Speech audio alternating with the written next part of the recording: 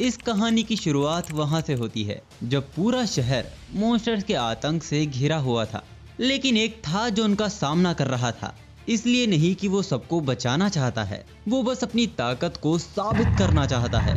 हारुयोशी, जिसने आयाकाशी टेक्निक को मास्टर किया, जिससे वो आयाकाशी मॉन्स्टर्स को हरा के उन्हें अपना गुलाम बना सकता है, उसने सब मॉन्स्टर्स को मारने के लिए पूरा शहर तबाह कर दिया।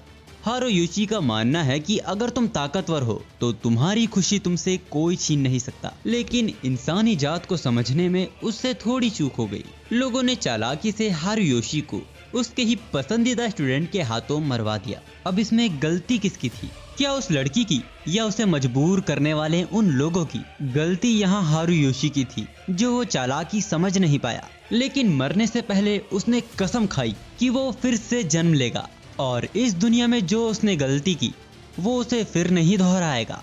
अब इसके बाद हम एक लाइब्रेरी का सीन देखते हैं, जहाँ पे एक जादूगर एक बच्चे का मैजिक माना टेस्ट कर रहा था।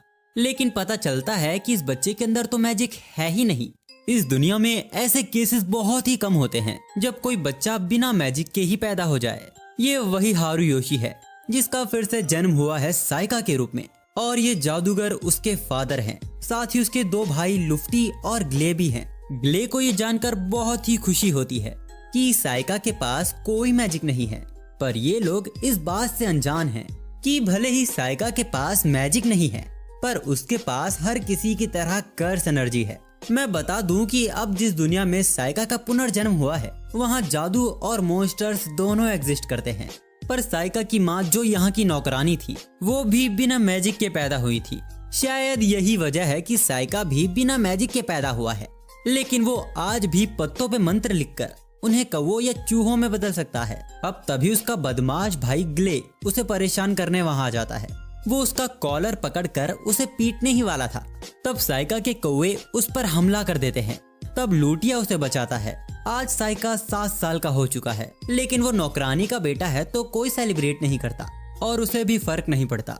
वो तो बस जितना हो सके इस दुनिया के बारे में जानना चाहता है। इस दुनिया में कागज बहुत महंगे हैं, तो साइका खुद कागज बनाता है ताकि वो अपने टेलिस्मेंट बना सके, जिससे वो अपनी पिछली दुनिया के आयाकाशीस को समन कर सकता है। तभी उसके डोर पर उनकी मेड ईफा आती है, जो कि उसकी जैकेट उसे देने आई थी, जो उसको झाड़ियों में पड़ी मिली थी। साइका समझ जाता है ये काम जरूर ग्ले का ही होगा। तभी ग्ले उनको परेशान करने फिर वहां आ जाता है। वो साइका को याद दिलाकर उसे परेशान करने की कोशिश करता है कि उसके पास कोई मैजिक नहीं है। वो बताता है कि वो लोडेनिया मैजिक एकेडमी जाने वाला है, जहाँ से महान महान जादूगर पढ़ के निकलते हैं। अब साइका का भी वहाँ जाने का मन करने लगता है। तभी उनके फादर ग्ले को मैजिक प्रैक्टिस के लिए वहाँ से लेकर जाते हैं। इस बार साइका भी उनके साथ चलने को पूछता है। लुफ्टी के पास विंड एलिमेंट है और ग्ले के पास फायर एलिमेंट, लेकिन वो विंड का भी यूज कर सकता है, जिससे उन्हें सामने रखे पत्थरों पर निशाना लगाना था। अब साइका को चिढ़ाने के लिए ग्ले साइका को भी ट्राई करने को कहता है। साइका ने सोच लिया था कि वो इस दुनिया में अपनी पावर्स को किसी के सामने नहीं आने देगा, लेकिन अब ग्लाय उसको मजबूर कर रहा है, तो वो अपनी ताकत का छोटा सा एक नमूना दिखा ही देता है, जो देखकर सब वहाँ हैरान हो गए थे। साइका ने ये नीली आग धरती में पाए जाने वाले एलिमेंट्स को मिलाकर बनाई थी, जिसको हम मैजिक तो नहीं पर जुस्सू जरूर कह सकते हैं। पर ग्ले तो यकीन करने को राजी ही नहीं था। उसे लग रहा था कि उसका मैजिक थोड़ा बहुत छड़ी में रह गया होगा। पर उनके फादर ब्लेज उन्हें बताते हैं कि कुछ केसेस में नॉन मैजिक यूजर भी आगे जाके मैजिक करना सीख लेते हैं। अब साइका अपने फादर से बोलता है कि वो भी उनसे मैजिक सीखना चाहता है, पर वो उसे मना कर देते हैं क्योंकि वो बिना माना के पैदा हुआ था। लेकिन उसकी इच्छा शक्ति को देखकर वो उसके लिए टीचर रख लेते हैं। पर साइका माना नहीं था। वो छिपकर अपने भाइयों को ट्रेनिंग करते देखता था। अब इसी तरह कुछ साल बीत जाते हैं। एक रात साइका अपने टेलिस्मेंट को टेस्ट करते हुए एक फॉक्स शिकिगामी को समन करता है, जो आते ही साइका से चिपक जाती है। इसका नाम यूकी है, जो कि इससे पहले अडल्ट फॉक्स वुमेन थी, पर इस दुनिया में आने से उसकी एज कम हो गई है। शायद ये साइका की स्पिरिचुअल एनर्जी की वजह से हुआ है। खैर, अब वो उसे वापस जाने को बोलता है, क्योंकि वो तो बस टेलिस्मेंट को टेस्ट कर रहा था। पर वो अपना साइज छोटा कर साइका के सिर में छिप जाती है, क्योंकि वो वहाँ रहकर बोर हो चुकी है, इसीलिए वो वापस नहीं जाना चाहती। साइका भी उसकी बात मान लेता है, बस उसे सबसे छिपकर रहना होगा। तभी हम ग्ले को ईफा को डांटते हुए देखते हैं। क्योंकि ईफा ने उसके कपड़े भिगा दिए थे। पर अब ईफा को देख उसकी नीयत खराब होने लगती है। वो उसे रात को उसके कमरे में आने को कहता है। तब साइका बीच में आके उसे रोकता है, जिससे ग्लाय को गुस्सा आ जाता है और वो साइका पर पंच मारता है, लेकिन साइका उसे बड़े आराम से रोक लेता है। तो ग्ले भी अपनी इज्जत की कदर करते हुए वहाँ से भाग जाता है। अब जब साइका वहाँ से जा ही रहा था तो ईफा साइका पर भरोसा कर उसे एक घायल मॉन्स्टर को दिखाती है। वो साइका से मदद चाहती थी इसको ठीक करने में। साइका उसे दूसरी तरफ देखने को कहता है और वो उस मॉन्स्टर का एक बाल निकालकर अपने टैलिस्मैन से उसे हील कर देता है। ईफा नहीं जानती थी कि साइका हीलिंग मैजिक भी जानता है, पर साइका बोलता है कि वो भी कुछ कम नहीं है। वो देख लेती है जो कोई नहीं देख पाता। ईफा खिसिया के हंसकर बात बदलने की कोशिश करती है, पर साइका समझ चुका था कि ईफा स्पिरिट एलिमेंटल्स को देख सकती है और उसी से उसने साइका की जैकेट ढूंढी थी। यहाँ तक कि वो इन्हें कंट्रोल भी कर सकती है। नहीं, ये कहना ठीक नहीं होगा। वो उसके चिल्लाने पर भाग जाते हैं। साइका लंबे वक्त से ऐसे ही किसी को ढूंढ रहा था जो उसके लिए एलिमेंटल्स को कंट्रोल कर सके। वो ईफा को अपना एक फायर एलिमेंटल देता है और इसे कंट्रोल करने को कहता है, पर वो उसकी बात सुनती नहीं है, लेकिन उसके चिल्लाने पर भाग जाती है। साइका को ये देख बहुत ही खुशी होती है, लेकिन एलिमेंटल्स को कंट्रोल करने के लिए ईफा अभी बहुत ही कमजोर है, तो साइका को उसे तैयार करना होगा। अब साइका उसे हर दिन ट्रेनिंग देने लगता है और इसी तरह कई साल बीत जाते हैं और साइका 12 साल का हो जाता है। लेकिन फर्क किसको पड़ता है? तभी एक मेड चिल्लाते हुए सबको बताती है कि उनकी तरफ एक बहुत बड़ा मॉन्स्टर बढ़ रहा है। उसी पल उनका पूरा घर हिलने लगता है। ग्ले तो डर के कहीं छिप जाता है। वो एक बहुत बड़ा मट मॉन्स्टर था जो ईफा और एक मेड पर हमला कर देता है, लेकिन साइका का फायर एलिमेंटल उन्हें बचा लेता है। यानी अब वो ईफा की बात मानने लगा है। अब साइका उसको अपनी तरफ लाकर उसे पॉइजन ओनी फ्लेम से ढेर कर देता है, जो देख किसी को भी अपनी आंखों पर भरोसा ही नहीं होता। ये कारनामा साइका का उसके फादर भी देख लेते हैं। इसके बाद आज पहली बार साइका को घर में स्पेशल ट्रीट किया जा रहा था और ये बात ग्ले को पसंद नहीं आती, पर साइका की बहादुरी को देख आज उसके फादर उसे एक इनाम देना चाहते हैं। तो साइका बोलता है कि इतने सालों से उसने अपने दम पर मैजिक सीखकर उसने अपने आप को तैयार किया है, तो वो चाहता है कि उसका ये टैलेंट एम्पायर के फायदे में यूज हो। इसीलिए वो भी अपने भाई की तरह लोडेनिया मैजिक एकेडमी में पढ़ना चाहता है। ग्ले का मुंह बन जाता है। ब्लेज भी उसकी ख्वाहिश को मान लेते हैं, क्योंकि उन्होंने खुद भी देखा था कि साइका कितनी मेहनत करता था। पर साइका एक चीज और चाहता था कि ईफा भी उसके साथ जाए। ईफा भी हैरान हो गई थी। उसके फादर उसे मना कर देते हैं क्योंकि ईफा भी बिना मैजिक के पैदा हुई थी, लेकिन साइका उनसे कुछ वक्त मांगता है और वो ईफा को उसके फायर एलिमेंटल से जितना बड़ा हो सके उतना बड़ा फायर ब्लास्ट करने को कहता है। ईफा कॉन्फिडेंट तो नहीं थी, लेकिन वो भी साइका के साथ जाना चाहती थी। तो जैसा साइका ने उसे समझाया, वो उससे भी ताकतवर फायर ब्लास्ट कर देती है। वो मिड रैंक का हमला था जो सबको वहाँ हैरान कर देता है। ब्लेज भी अब मान जाते हैं, पर ग्लेज के सख्त खिलाफ था, क्योंकि उनके परिवार में दो बेटे एक जैसा काम नहीं कर सकते हैं। इस बात को तो ब्लेज भी मानते थे, इसीलिए वो ब्लेज को मिलिट्री में भर्ती कर रहे हैं, क्योंकि बीते साल उसने अपने आप को बेहतर करने में बिल्कुल मेहनत नहीं की। या तो वो आवाराओं के साथ घूमता देखा जाता, नहीं तो अपनी तलवार के साथ खेल के समय बर्बाद करता। अब ग्ले से बर्दाश्त नहीं होता। वो साइका को बैटल के लिए चैलेंज कर देता है, जिसमें जो भाई जीतेगा वो एकेडमी जाएगा और हारने वाला घर से बाहर जाएगा। उनके पिता को भी इससे कोई दिक्कत नहीं थी। तो ये डुएल कल शाम को शुरू होगा, जिसमें हाई लेवल का मैजिक और असली तलवार नियमों के खिलाफ हैं, और इस बैटल के जज खुद ब्लेज रहेंगे। अब जब साइका कल की तैयारी कर रहा था, तब उसके रूम में लुफ्टी आता है। वो देर से ही सही, वो साइका को बर्थडे विश करने आया था। साथ ही वो उसके लिए तोहफा भी लाया था। उस तोहफे में साइका के लिए ग्लास पेन था, क्योंकि वो पढ़ाई में बहुत मेहनत करता है। वो आज साइका से माफी मांगने भी आया था, क्योंकि वो उसका अच्छा बड़ा भाई नहीं बन पाया। वो कभी समझ ही नहीं पाया कि वो अपने छोटे भाई से बात ही क्या करे, पर उसे खुशी है कि वो उनके बिना भी ताकतवर हो गया है। इसीलिए वो कल के बैटल के लिए साइका को ग्ले पर थोड़ी नरमी दिखाने को कहता है। अब इसके कुछ देर बाद जब साइका अपने भाई के दिए पेन को निहार ही रहा था, तब एक तेज हवा का झोंका उनके कमरे में आता है। बाहर ग्ले खड़ा था, जो साइका से तुरंत लड़ना चाहता है। उसे बैटल के रूल्स पसंद नहीं आए, तो अब वो दोनों तब तक लड़ेंगे जब तक एक बेहोश या हार नहीं मान लेता। ग्ले बहुत ही गुस्से में था, क्योंकि उसे लगता है कि साइका की वो बस किस्मत थी, जो वो मॉन्स्टर पहाड़ों के नीचे आ गया और साइका ने उस वक्त उसे हरा दिया। वो साइका को आग के भंवर में फंसा देता है, लेकिन एक खरोच साइका को नहीं आती। ग्ले हर तरह का मैजिक ट्राई करता है, पर कोई भी हमला साइका के बैरियर को तोड़ नहीं पाता। अब साइका अपने टेलिस्मेंट से ग्ले को फ्रीज कर देता है और उसका एक हाथ तोड़ देता है, पर ये सच में नहीं टूटा था। अब ग्ले सरेंडर करते ही वहीं बेहोश हो जाता है। ग्ले को लगता है कि ये बस साइका की किस्मत थी, पर वो नहीं जानता कि ये सब साइका का ही रचा हुआ खेल था। इसका प्लान वो 6 महीनों से बना रहा था। उसी ने ही अपने शिकिगामी को भेजकर मट मॉन्स्टर को यहाँ आने पे मजबूर किया। यूकी साइका से पूछती है आखिर वो इस आसान सी दुनिया में क्यों इतनी मेहनत कर रहा है जब वो चुटकी में कुछ भी पा सकता है। साइका उसे याद दिलाता है कि वो इससे पिछली दुनिया में इसीलिए कमजोर इंसानों से हारा था क्योंकि वो चालाक नहीं था, इसीलिए वो इस बार चालाक बनेगा। अब इसके अगले दिन वो दोनों लोडेनिया के लिए निकल रहे थे। साइका ने रात भर ईफा को पढ़ाया है क्योंकि वहाँ उसके साथ रहने के लिए ईफा को भी एग्जाम देना होगा और एक स्टूडेंट की तरह वहाँ पढ़ना होगा। अब वहाँ पहुँचने में उन्हें 7 दिन लगेंगे, जिस बीच साइका रास्ते भर भी उसे पढ़ाएगा। अब वो लोग लोडेनिया के लिए निकल पड़ते हैं।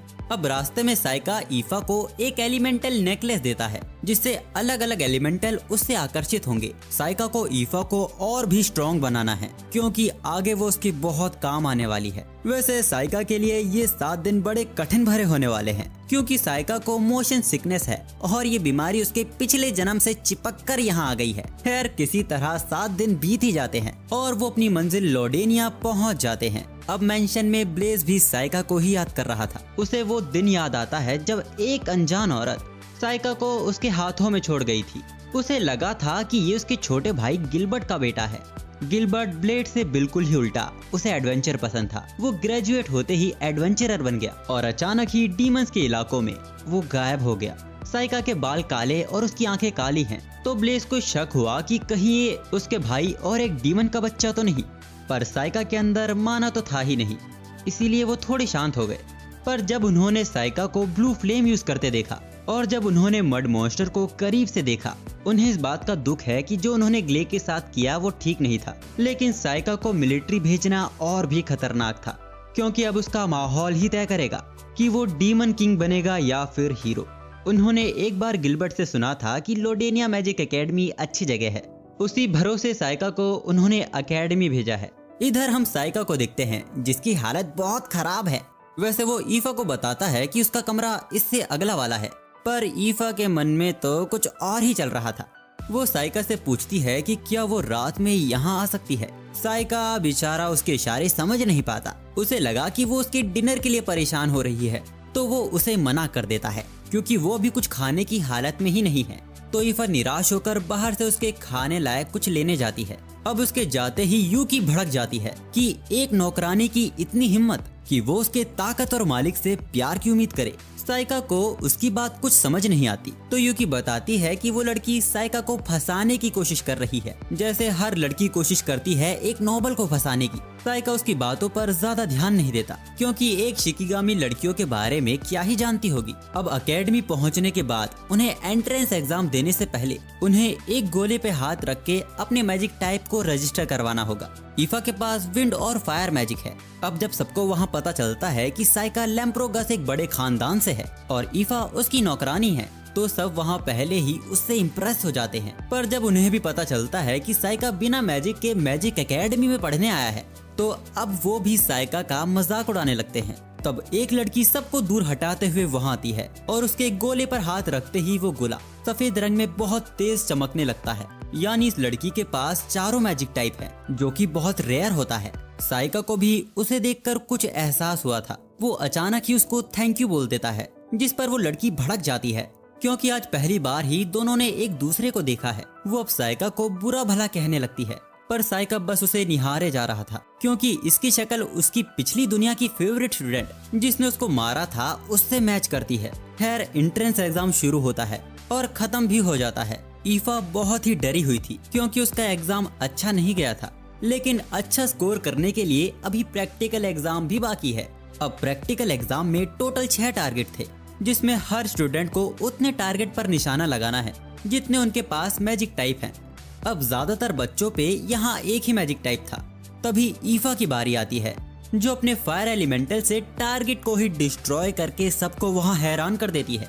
पर जब उसने विंड एलिमेंटल का भी इस्तेमाल किया तो उसने साइका को भी हैरान कर दिया। वो साइका को सरप्राइज देना चाहती थी कि अब वो विंड एलिमेंटल का भी इस्तेमाल कर पा रही है। ये देख साइका की आंखों में खुशी के आंसू आ जाते हैं। अब बारी आती है साइका की, जिसका हर एक मैजिक स्पेल सबको वहाँ आंखें फाड़ कर देखने पे मजबूर कर रहा था। उसने वहाँ 3 टारगेट को डिस्ट्रॉय किया, लेकिन वो लाइट, डार्क और विंड एलिमेंट को छोड़ देता है क्योंकि अभी वो इनके जुस्सू को ठीक से जानता नहीं है। खैर, प्रैक्टिकल एग्जाम के इंस्ट्रक्टर अभी तक इस सदमे से उभर नहीं पाए थे। इस बार के कैंडिडेट्स हमेशा से बहुत अलग आए हैं, खासकर वो दोनों। पर एक और थी जिसने चारों टारगेट्स को डिस्ट्रॉय कर दिया था। इन टीचर को लगता है कि वो लड़की कहानी वाली हीरो है। कहानियों के मुताबिक जब डीमन लॉर्ड वापस रिवाइव होगा तब हीरो इंसानों की धरती पर वापस जन्म लेगी। हम देखते हैं कि एंट्रेंस एग्जाम के रिजल्ट आ चुके हैं, जिसमें साइका पूरी एकेडमी में थर्ड आया है और ईफा सेकंड, जो देख साइका भी हैरान था। और फर्स्ट आई है वही 4 एलिमेंट यूज करने वाली लड़की अमू। उसी रात हर एक स्टूडेंट को एकेडमी के डोम में शिफ्ट कर दिया जाता है। ईफा को ये बात अच्छी नहीं लगती कि लड़के और लड़कियों के डोम अलग अलग हैं। तभी साइका को पास से कुछ अजीब महसूस होता है। वहाँ कई सारे डार्क एलिमेंट्स हवा में तैर रहे थे। वो देखते हैं कि यहाँ किसी ने टेलीपोर्टेशन मैजिक सर्कल बनाया हुआ है, यानी कोई बड़ा खतरा एकेडमी के सिर पर मंडरा रहा है। साइका ईफा को इससे दूर रखने के लिए इस मैटर को एकेडमी के ऊपर ही छोड़ देने को कहता है, लेकिन यहाँ नजर बनाए रखने के लिए वो अपने कुछ टेलिस्मेंट यही छोड़ जाता है। अब एकेडमी के अंदर एंट्रेंस सेरेमनी शुरू होती है, जहाँ अमू अपनी स्पीच दे रही थी। तभी कुछ मॉन्स्टर्स वहाँ हमला कर देते हैं। वो शायद यहाँ किसी को ढूंढ रहे थे। वहाँ पूरी सेरेमनी में भगदड़ मच जाती है। एकेडमी के टीचर इन मॉन्स्टर्स को रोकने की पूरी कोशिश कर रहे थे, लेकिन उनके एक भी स्पेल का उन पर कोई असर नहीं होता। अब एक मॉन्स्टर एक टीचर को खत्म करने वाला था। साइका अपने टेलिस्मेंट से उसको रोकने ही वाला था, लेकिन उससे पहले अमू उन्हें बचा लेती है और अपने विंड मैजिक से सबको भागने का मौका देती है। साइका को इन मॉन्स्टर्स में कुछ गड़बड़ लग रही थी। जब वो अपने शिकिगामी से देखता है तो मैजिक सर्कल के पास कोई और ही मॉन्स्टर इन्हें कास्ट कर रहा था। अब ईफा का ध्यान भटकते ही अपने टेलिस्मेंट से वो वहाँ से गायब हो जाता है और पोएम गाते हुए उसी मॉन्स्टर के पास पहुँच जाता है। वो मॉन्स्टर साइका को बच्चा समझकर यहाँ से भाग जाने को बोलता है, पर साइका तो खेलने के मूड में था, तो वो मॉन्स्टर भी अपने कुछ मॉन्स्टर साइका को मारने को भेज देता है, जिनमें से वो 2 को मारकर एक को कैद कर देता है। तो अब वो मॉन्स्टर अपने टेलीपोर्टेशन मैजिक से कई सारी तलवारों को समन करता है और साइका के टेलिस्मेंट को जलाकर वो अपनी तलवार से उसे घायल कर देता है। फिर डार्क टेलीपोर्टेशन से वो साइका के पीछे टेलीपोर्ट होकर उसके एक हाथ को काट देता है। किसी तरह साइका उससे उसके यहाँ आने की वजह पूछता है, क्योंकि वो समझ गया था कि ये मॉन्स्टर उन मॉन्स्टर्स की आंखों से किसी को ढूंढ रहा था। उसे साइका इंटरेस्टिंग लगा, तो वो उसे बता देता है कि वो यहाँ हीरो को ढूंढने आया है। अब से करीब 12 साल पहले हुई भविष्यवाणी के सच होने से पहले, हीरो के ताकतवर होने से पहले वो उसे मार देगा। वो कुछ लाल बाल वाली लड़की की बात कर रहा था, तो साइका समझ जाता है कि ये अमू की बात कर रहा है और वो साइका को फंसाकर उसकी गर्दन काट देता है। जब उसे लगने ही लगा था कि वो जीत गया है, तभी वो साइका को अपनी ही तलवार पर पोएम गुनगुनाते हुए देखता है। वैसे जिस पोएम को साइका गा रहा है वो उसके पिछली दुनिया के मास्टर ने लिखी थी, जिनको साइका ने खुद ही मारा था। वो मॉन्स्टर साइका को फिर से मारता है, लेकिन इस बार भी उसे कुछ नहीं होता। वो किसी तरह बार बार रिवाइव हो रहा था। अब साइका भी उसे पानी के भंवर में फंसा देता है, लेकिन वो टेलीपोर्ट होकर उसके ऊपर से हमला कर देता है। साइका भी उस पर अपना शिकिगामी छोड़ देता है, लेकिन वो फिर टेलीपोर्ट होकर अपने हाथ को साइका के आर पार कर देता है और यही उसकी सबसे बड़ी भूल थी। साइका उसके हाथ को पकड़कर उसकी बॉडी पर बहुत बड़ा ब्लास्ट करता है और अब हमें पता चलता है कि साइका इतने वक्त से अपनी चोटों को टेलिस्मेंट से रिप्लेस कर रहा था, लेकिन वो मॉन्स्टर फिर सरवाइव कर जाता है और उसे लगता है कि साइका के पत्ते अब खत्म हो गए हैं। तो साइका उसे सरप्राइज कर देता है और अपने शिकिगामी मिसूची को समन करता है। ये देख उस मॉन्स्टर की फट जाती है, क्योंकि ऐसा ड्रैगन तो उसने डीमन किंग के पास भी नहीं देखा। अब साइका मिसुची को उसके ऊपर छोड़ देता है। मिसुची उसे खा जाता है, लेकिन अब वापस आने की जगह वो भागने की कोशिश करता है। शायद ये साइका की वीक बॉडी की वजह से हो रहा है। जैसे तैसे वो अपने टेलिस्मेन से उसे वापस भेज देता है और अब हमें यूकी से पता चलता है कि साइका लड़ाई में 3-4 बार जानबूझ के मरा था ताकि वो अपनी टेक्निक हितोगाता को टेस्ट कर सके। इसके बाद जब वो एकेडमी पहुंचता है तो उसे पता चलता है कि सारे मॉन्स्टर्स को अमू ने अकेले ही हरा दिया है। तो अब साइका फैसला करता है कि वो अमू से दोस्ती करेगा ताकि वो उसके पीछे रहकर अपनी ताकत को छिपा सके। इसमें आखिर में शायद अमू मारी भी जाएगी, इसका उसे दुख भी होगा, लेकिन वो उसमें भी खुशी ढूंढने की कोशिश करेगा। पर खुशी तो वो तब ढूंढेगा ना जब अमू उसे भाव देगी। जब भी वो उससे बात करने जाता वो उसे डांट देती है। साइका ने अपनी पिछली जिंदगी स्ट्रॉन्ग बनने में ही निकाल दी, तो उसे पता ही नहीं है कि दोस्त बनाते कैसे हैं। वैसे उस हादसे को बीते 1 महीना हो चुका है और इस बीच किसी भी मॉन्स्टर ने वापस एकेडमी पर हमला नहीं किया। अब जब वो दोनों अपनी क्लास में वापस जा रहे थे तभी हरे कलर का काढ़ा जैसा कुछ उनके ऊपर गिरने वाला था, पर साइका टेलिस्मेन से टेलीपोर्ट होकर दोनों को बचा लेता है। ये गलती से उनके इंस्ट्रक्टर कोडेल से गिर गया था। वो बताते हैं कि ये कैटलिस्ट है जो कि डीमन के खून से बना है और वो इसे अपनी रिसर्च में यूज कर रहे हैं। अब क्लास में हमको पता चलता है कि अगले हफ्ते एकेडमी की एनिवर्सरी आने वाली है, तो एग्जाम में हाई स्कोर करने वाली अमू और ईफा को चुना जाता है सेरेमनी में हिस्सा लेने के लिए, जिसमें उन्हें न्यू स्टूडेंट के रोस्टर को लेकर लोडेलियन फॉरेस्ट से होते हुए टेम्पल में रखना होगा। लोडेनिया वही फॉरेस्ट है जहां साइका की लड़ाई उस मॉन्स्टर से हुई थी और वहीं वो मैजिक सर्कल भी था। साइका को इसमें कुछ गड़बड़ लगती है। वो पूरी क्लास के सामने खड़ा होकर ईफा को इससे पीछे हटने को कहता है ताकि वो अमू के साथ जा सके। ईफा भी उसका कहना मान लेती है। अब क्लास के बाद वो ईफा से माफी भी मांग लेता है, लेकिन अब ईफा को लगने लगा था कि साइका अमू को पसंद करता है। साइका कहता है कि वो उसे बस अपना दोस्त बनाना चाहता है क्योंकि वो ताकतवर है। तो ईफा बोलती है कि वो भी ताकतवर बन सकती है। एलिमेंटल अब उससे और भी अट्रैक्ट होते हैं और उसका कहना भी मानते हैं। अब उसे समझाने के लिए साइका उसे एक ऐसे व्यक्ति को इमेजिन करने को कहता है जो बहुत ताकतवर है, हर कोई उसकी इज्जत करता है, साथ ही उससे डरते भी हैं। वो व्यक्ति अमू बनने वाली है। अब सेरेमनी का दिन भी आ जाता है। वो रोस्टर को लेकर जंगल में चले जाते हैं। रास्ते में अमू साइका से पूछती है आखिर वो उसके पीछे क्यों पड़ा है जबकि उसके पास इतनी खूबसूरत नौकरानी है। क्या अब उसका उससे मन भर गया है? साइका उसको बताता है कि उन दोनों के बीच ऐसा कुछ भी नहीं है, पर अब साइका समझ गया है कि अमू को गंदी बातें करना पसंद है, जो सुन वो शर्मा जाती है। अब तभी उसका सिर दर्द होने लगता है। साइका पास में देखता है कि वहाँ किसी ने मैजिक सर्कल बनाया हुआ है जो अचानक ही उन दोनों को अपने अंदर खींच लेता है। वो दोनों एक डंजन में टेलीपोर्ट हो गए थे जहाँ कुछ मॉन्स्टर्स उन पर हमला कर देते हैं, लेकिन पलक झपकते ही अमू उन्हें खत्म कर देती है। लेकिन एक हॉब अंधेरे में छिपा हुआ था जो अब अमू को मारने ही वाला था, पर साइका वुडन जुस्सू से उसके सिर को कुचल देता है। अब वो दोनों बाहर निकलने का रास्ता ढूंढने लगते हैं।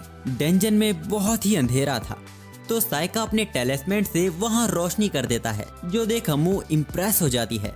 अब रास्ते भर साइका डंजन की छत पर टेलिस्मेन बिछाते हुए चल रहा था ताकि उसकी शिकिगामी भी उनकी लोकेशन का पता लगा सके। तभी कई सारे मॉन्स्टर्स उनकी तरफ आने लगते हैं। उनमें से एक का अमू हाथ काट देती है, पर वो अपने दूसरे हाथ से अमू को बहुत दूर फेंक देता है, जिसके बाद वो उठ भी नहीं पा रही थी। साइका तुरंत वुडन जुस्सू से कई सारे मॉन्स्टर्स को मारते हुए उसको प्रोटेक्ट करने उसके सामने खड़ा हो जाता है। अब अमू के बेहोश होते ही साइका जाइंट सेंटिपीड को समन करता है जो एक ही बार में सबको खत्म कर देता है। अब अमू को होश आते ही वो देखती है कि साइका ने सबको खत्म कर दिया है और उसने उसकी चोटों को भी ठीक कर दिया है, लेकिन अभी भी अमू के सिर का दर्द गया नहीं था, यानी जरूर किसी ने अमू को कर्ज कर दिया है। तो साइका वहाँ एक बैरियर क्रिएट कर देता है जिसके अंदर वो कर्ज काम नहीं करेगा। अमू बताती है कि उसका सिर दर्द तब शुरू हुआ था जब वो एकेडमी में पहली बार आई थी, लेकिन उसे नहीं लगता कि उसके ऊपर किसी ने कर्ज किया है क्योंकि उसकी बॉडी पर कोई निशान नहीं है। तो साइका उसे बताता है कि कुछ जगह ऐसी भी होती हैं जहां वो खुद नहीं देख सकती। अमू अपने शरीर को ढकने लगती है। साइका उसे कहता है कि वो दिखाने को नहीं कह रहा, पर लेकिन अमू चाहती है कि वो देखे क्योंकि ये जरूरी है। अब अमू साइका का मुंह दूसरी तरफ करवा के अपने सारे कपड़े उतार देती है, लेकिन उन्हें फिर भी कोई निशान नहीं मिलता और वो पूरे वक्त बैरियर के अंदर भी नहीं रह सकते। तो साइका अमू के कर्स को टेलिस्मेंट पर शिफ्ट कर देता है। उसकी ऐसी अलग अलग टेक्निक को देखकर अमू भी कंफ्यूज हो जाती है कि साइका का कौन सा मैजिक टाइप है। खैर, अब वो फिर से ईफा और उसके बारे में बात करने लगती है, जैसे कि क्या उसने कभी उसे किस नहीं किया या उसके साथ कुछ उल्टा सीधा कभी नहीं किया। साइका उसको फिर समझाता है कि वो दोनों एक फैमिली की तरह हैं। अमू को ये मजाक लग रहा था, तो साइका उसे बता देता है कि वो एक नौकरानी का बेटा है, इसीलिए परिवार में उसकी कोई अहमियत नहीं है। इकलौती ईफा ही है जो उसे समझती है। लेकिन सच तो ये है कि साइका इस बार किसी पर भी भरोसा नहीं करेगा। अमू कहती है कि वो भी उसकी तरह अकेली है।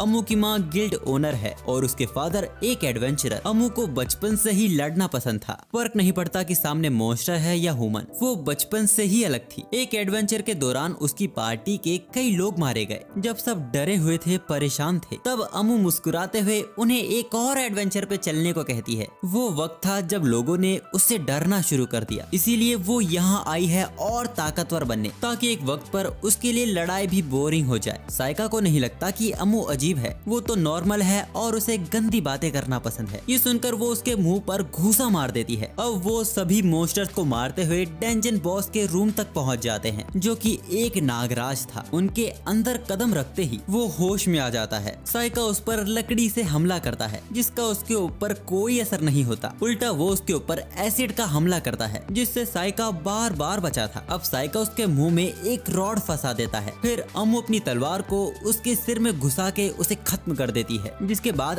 अचानक ही वो साइका को गले लगा लेती है, क्योंकि आज उसने पहली बार डंजन बॉस को हराया था, इसीलिए वो आज बहुत ही खुश है। वो अचानक ही साइका को उसके साथ पार्टी बनाने को बोलती है। तब जाके उसे एहसास होता है कि वो साइका से कुछ ज्यादा ही चिपक रही है। यूकी साइका से पूछती है कि जब उसे बाहर जाने का रास्ता पहले ही मिल गया था तो वो यहाँ तक क्यों आए। साइका बोलता है कि वो बस यूकी को स्ट्रॉन्ग बनाना चाहता था, क्योंकि आगे वो उसके बहुत काम आने वाली है। अब उन्हें डंजन के अंदर एक डीमन का हाथ मिलता है, जिसके अंदर एक तलवार गड़ी हुई थी। वो उस तलवार को अमू को दे देता है। उसे वहाँ एक रिंग भी मिली थी जो स्ट्रेंथ को इंक्रीज कर देती है। अमू साइका से पूछती है कि अगर वो दोनों एडवेंचरर बने तो क्या वो उसके साथ एक और एडवेंचरर पर चलेगा। साइका मान जाता है, जिसके बाद वो डंजन से बाहर निकलकर सारी बात अपने टीचर को बता देते हैं, सिवाय अमू के कर्ज के। इसके बाद वो कोडेल को उसकी वो चीज वापस करने चाहता है जो उसने उससे लिया था। असल में कोडेल ही वही था जिसने जंगल में मैजिक सर्कल बनाया था। अब साइका उसको उसके असली रूप में आने को कहता है, लेकिन वो सच में एक इंसान था जो डीमंस के लिए जासूसी का काम करता है। अब वो साइका को खत्म करने वाला था, लेकिन साइका की वो बात उसे हैरान कर देती है कि वो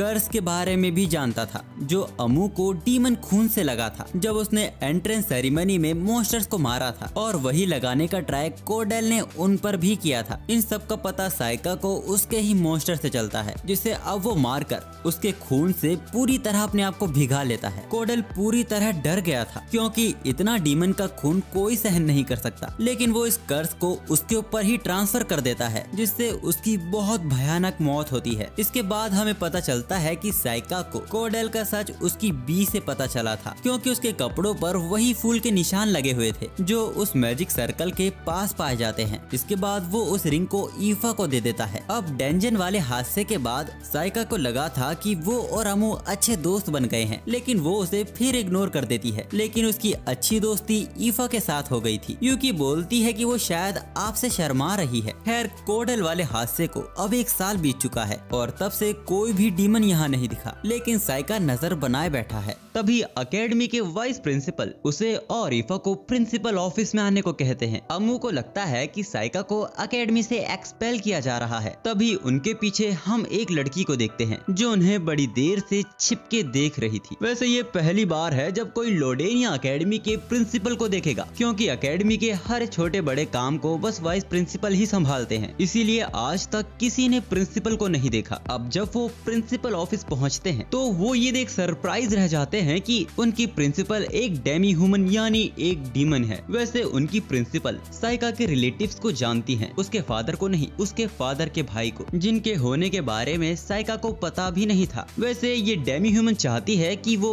एकेडमी को रिप्रेजेंट करते हुए मिक्स्ड डेसिबल कॉम्बैट टूर्नामेंट में हिस्सा ले, वो भी एक नई लड़की के साथ। ये वही लड़की है जो कुछ देर पहले इन्हें छिपके देख रही थी। इसका नाम मेबल क्रेन है। वैसे ये साइका और ईफा की चॉइस है कि उन दोनों में से टूर्नामेंट में कौन हिस्सा लेगा, क्योंकि ये इंट्रेंस एग्जाम में 3rd और 2nd आए थे। जब अमू को इसके बारे में पता चलता है तो वो बहुत गुस्सा हो जाती है, क्योंकि वो तो 1st आई थी, फिर भी उससे पूछा नहीं गया। वैसे पहली बार एकेडमी इस टूर्नामेंट में हिस्सा ले रही है, क्योंकि शायद इस बार टूर्नामेंट में मैजिक अलाउ कर दिया है। पर अमू तो अपने सवालों में डूबी हुई थी, उसे समझ नहीं आ रहा कि आखिर साइका को ही क्यों चुना। ईफा को लगता है शायद डेंजन इंसिडेंट की वजह से। वैसे साइका को प्रिंसिपल ने बताया था कि वो उसे कोई खास वजह से भेज रही है। अब तो अमू और भी भड़क जाती है, क्योंकि वो मैजिक और तलवारबाजी दोनों में अच्छी है, पर वो उसको इग्नोर कर टूर्नामेंट के प्राइज पुल की बात कर रहे थे। जीतने वाले को तोले के भाव में पैसा मिलेगा और रॉयल गार्ड को ज्वाइन करने का मौका। अब अमू बातें बनाने लगती है कि वो लड़की मेबल जरूर नोबल परिवार से होगी और वो रिश्वत देकर टूर्नामेंट में हिस्सा ले रही है। और ये बात को मेबल सुन लेती है। वो अमू के मुंह पे बोल देती है कि वो कमजोर है, इसीलिए उसको चुना नहीं गया। अमू एक स्माइल देते हुए उसे स्वॉर्ड बैटल के लिए चैलेंज कर देती है। साइका को भी ये बैटल देखनी थी, क्योंकि इससे अमू की प्रैक्टिस हो जाएगी,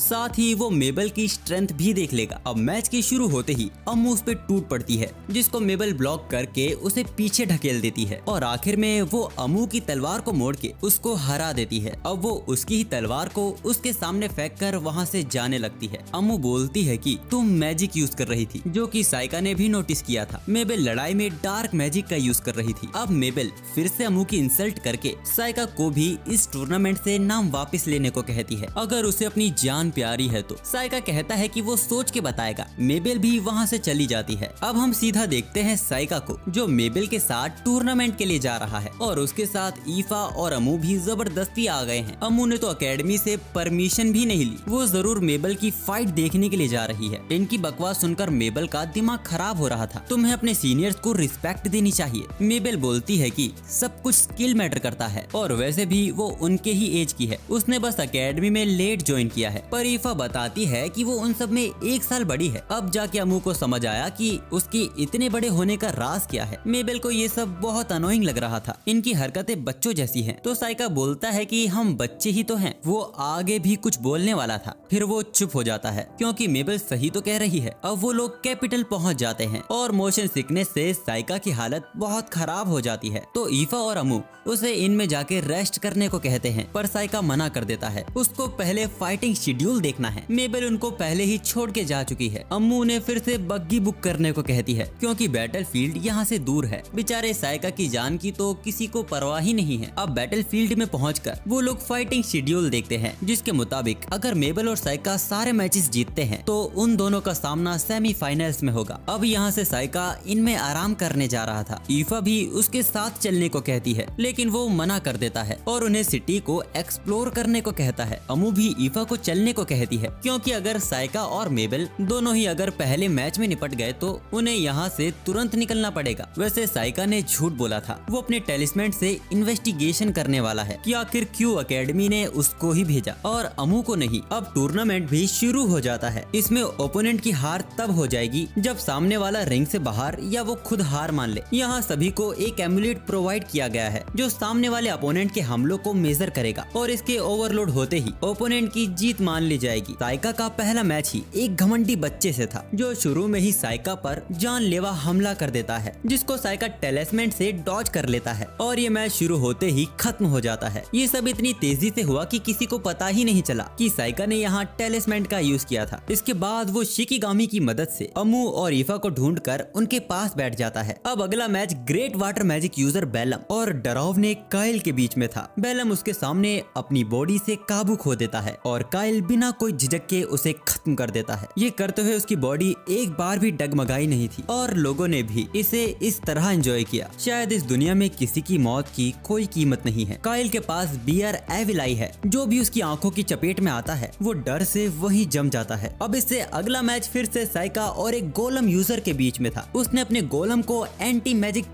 कांटेक्ट बनाया था। पर साइका अपने शिकिगामी तमायाकी को समन करता है, जो सेकंड से भी कम वक्त में उसके टुकड़े कर देता है और साइका बचकर निकल जाता है। बचकर इसलिए क्योंकि टूर्नामेंट में समनर्स अलाउ नहीं है और अगर साइका यहाँ पकड़ा जाता तो उसे टूर्नामेंट से बाहर निकाल दिया जाता। वैसे काइल की फाइट देखने के बाद ईफा बहुत डर गई है। वो नहीं चाहती कि साइका अब बैटल को कंटिन्यू रखे, पर साइका उसको यकीन दिलाता है कि वो सिंगल पीस में वापस आ जाएगा। वैसे अमू से पूछती है कि अगर वो टूर्नामेंट जीता तो क्या वो रॉयल गार्ड्स ज्वाइन करेगा। साइका मना कर देता है, पर जब वो उससे इस सवाल की वजह पूछता है तो अमू शर्माने लगती है। ये लोग साइका के लिए बेवजह परेशान हो रहे हैं, क्योंकि साइका के लिए ये टूर्नामेंट जीतना एक पप्पी के साथ खेलने जैसा है। अब टूर्नामेंट का अगला मैच शुरू होता है, जो कि मेबल का ही है। वो भी अब तक के अपने सारे मैचेस जीतते हुए आ रही है। उसका ये मैच पावरफुल अर्थ मेज के साथ था। मैच के शुरू होते ही वो बड़े पत्थरों से मेबल पर हमला करता है, जिनको मेबल काट देती है। अब वो अपनी छोटी सुइयों को निकालती है, जो देख वो जादूगर पत्थरों की दीवार खड़ी कर देता है, लेकिन उसकी सुइयां उन पत्थरों को भी तोड़ देती है। यहाँ पे मेबल ग्रेविटी मैजिक का यूज कर रही है, पर वो ऐसा तब करती है जब वो सुइयों को फेंक देती है, जिससे वो भारी होकर बहुत ताकतवर हो जाते हैं। अब वो उस जादूगर की छड़ी को तोड़कर उसे सरेंडर करने पे मजबूर कर देती है। लेकिन जब टूर्नामेंट में मेबल की जीत को घोषित किया जा रहा था तो उसे हीरो बताया जा रहा था। ईफामू हैरान हो जाते हैं कि साइका इसके बारे में नहीं जानता कि मेबल को सेकंड हीरो कहा जाता है, क्योंकि वो वही वेपन यूज करती है जो हीरो यूज करती थी। अब रात के वक्त हम एक लड़के को देखते हैं जो अपने पिजन से किसी को संकेत भेजने की कोशिश कर रहा था, लेकिन साइका अपने शिकिगामी से उसे पकड़ लेता है। साइका को शक है कि ये डीमंस का जासूस है, पर वो अनजान बनकर वहाँ से जाने की कोशिश करता है। लेकिन 2 कदम आगे जाते ही वो साइका पर हमला करने वापस पीछे मुड़ता है, पर साइका उसको वाइंडिंग बाइंड से पकड़ लेता है और अब उसे सब कुछ बकने को बोलता है। वो कहता है कि वो मर जाएगा पर कुछ भी नहीं बताएगा, तो साइका भी उससे कोई जबरदस्ती नहीं करता। वो अपनी शिकिगामी सातोरी को समन करता है, जो किसी का भी मन पढ़ सकता है। हमको पता चलता है कि इसको फेल नाम के किसी बंदे ने भेजा है ताकि वो मेबल क्रेन यानी हीरो पे नजर रख सके। इन्हें लगता है कि मेबल वही भविष्यवाणी वाली हीरो है, क्योंकि वो एक लड़की है और उसके बाल भी लाल है। और उनका यकीन इतना पक्का इसीलिए है क्योंकि उनके भेजे हुए जासूस और डीमन अकेडमी से ही गायब हुए थे। अब सातोरी का इतना अच्छा काम देखकर साइका उसे इनाम के तौर पे इस आदमी को खाने की परमिशन उसे दे देता है। अब उसे खाने के बाद वो साइका का ही मन पड़ने लगता है, जो देख साइका को गुस्सा आ जाता है। सातोरी की भी फट जाती है, वो चुप वहाँ से निकल जाता है। अब साइका उस मैसेज को पढ़ने की कोशिश करता है, लेकिन वो कुछ अलग ही लैंग्वेज में लिखा हुआ था, तो वो उसे जला देता है। वैसे भी वो अकेडमी वालों का प्लान समझ चुका है। वो मेबल को सबके सामने हीरो दिखाना चाहते हैं ताकि वो अमू यानी ट्रू हीरो को डीमन से छिपा सके। और वैसे भी साइका ने डीमन और जासूस को मार दिया था, इसीलिए डीमंस को असली हीरो का पता ही नहीं है। पर ये सोचने वाली बात है, आखिर मेबल इन सब में राजी क्यों है। साइका का अगला अपोनेंट नेक्रोमैनर यूजर है, जिसको वो मैच के शुरू होते ही हरा देता है। मेबल भी वहाँ अपना मैच जीत गई थी, यानी अब वो दोनों एक दूसरे के सामने खड़े हैं सेमीफाइनल्स में। मेबल उसको फिर धमकाती है मैच से वापस अपना नाम लेने को, वरना वो उसे मैच में मार देगी। साइका बोलता है कि लोगों ने पैसे दिए हैं टिकट के, वो नाराज हो जाएंगे। यहाँ राइनस और काइल का सेमीफाइनल शुरू हो गया है। राइनस उन खास लोगों में से है जिनके पास चारों एलिमेंट है, और अब मैच के शुरू होते ही हमें पता चलता है कि राइनस के पास लाइट एलिमेंट भी है,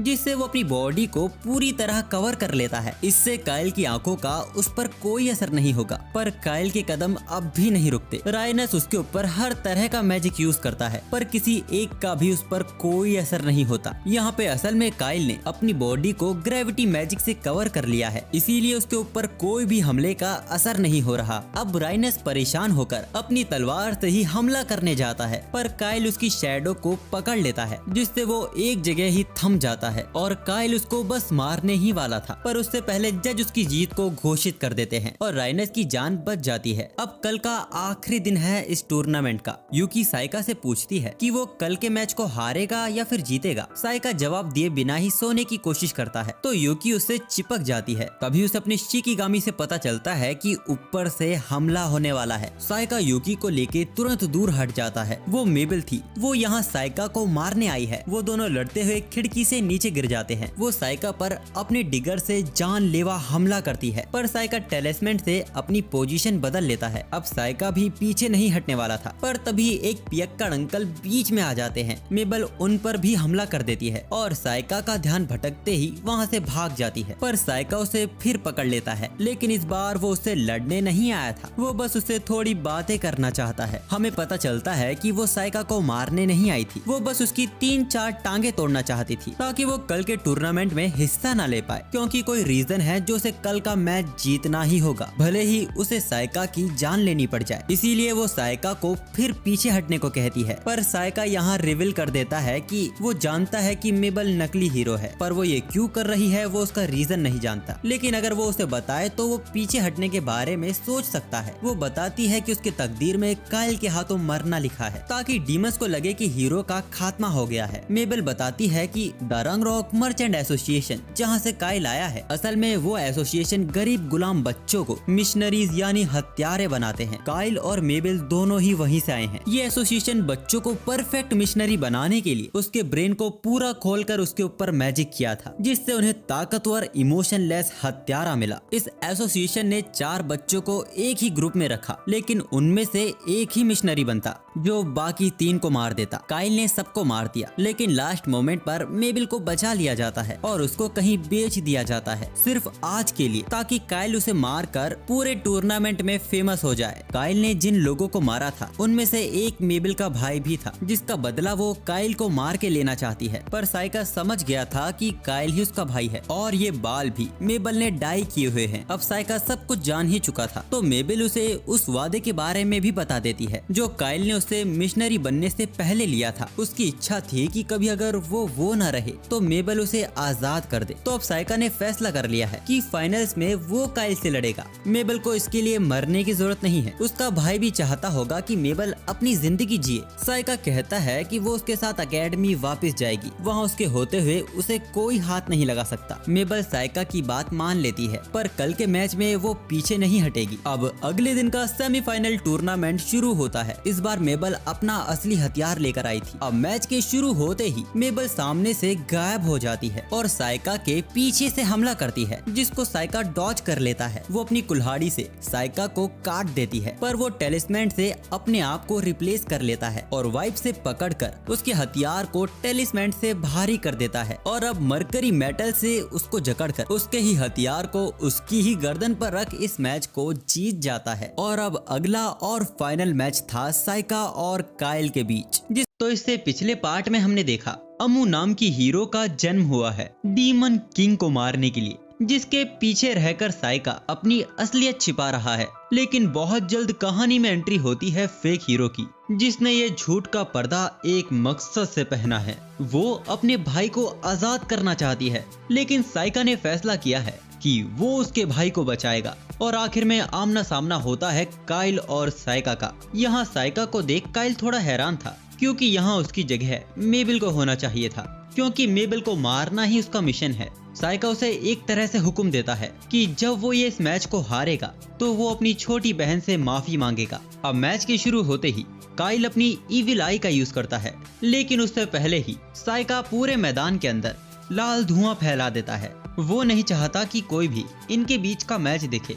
पहले तो साइका काइल पर यूं ही नॉर्मल अटैक कर रहा था, लेकिन जब उनसे काम नहीं बनता तो वो अपने शिकिगामी ओशियोनी को समन करता है, जो काइल को पटक देता है। साइका देखता है कि अब तो काइल के ऊपर कर्स फैलने लगा है।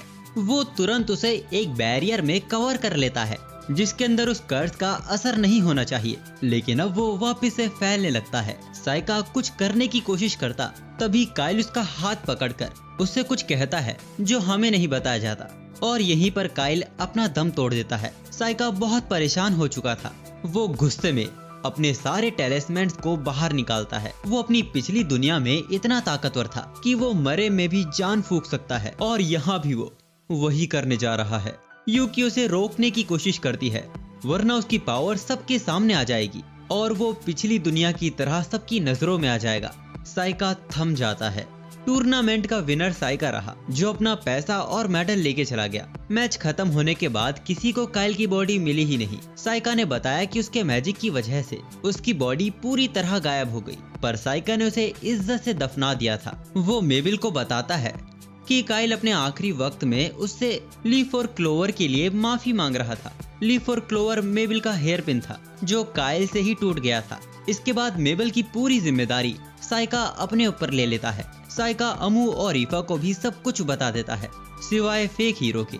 अचानक ही स्वॉर्ड फाइटिंग के लिए अमू मेबल को चैलेंज कर देती है। मेबल उसे मना कर देती है पर अम्मू उससे जबरदस्ती करने लगती है, जिसके बाद वो भी ग्रेविटी मैजिक का यूज करके मेबल को हरा देती है और खुद भी गिर जाती है और हंसते हुए बोलती है कि मैं भी डार्क मैजिक यूज कर सकती हूँ। और अपना हाथ मेबल की तरफ बढ़ाते हुए वो उसे उसकी प्रैक्टिस पार्टनर बनने को कहती है।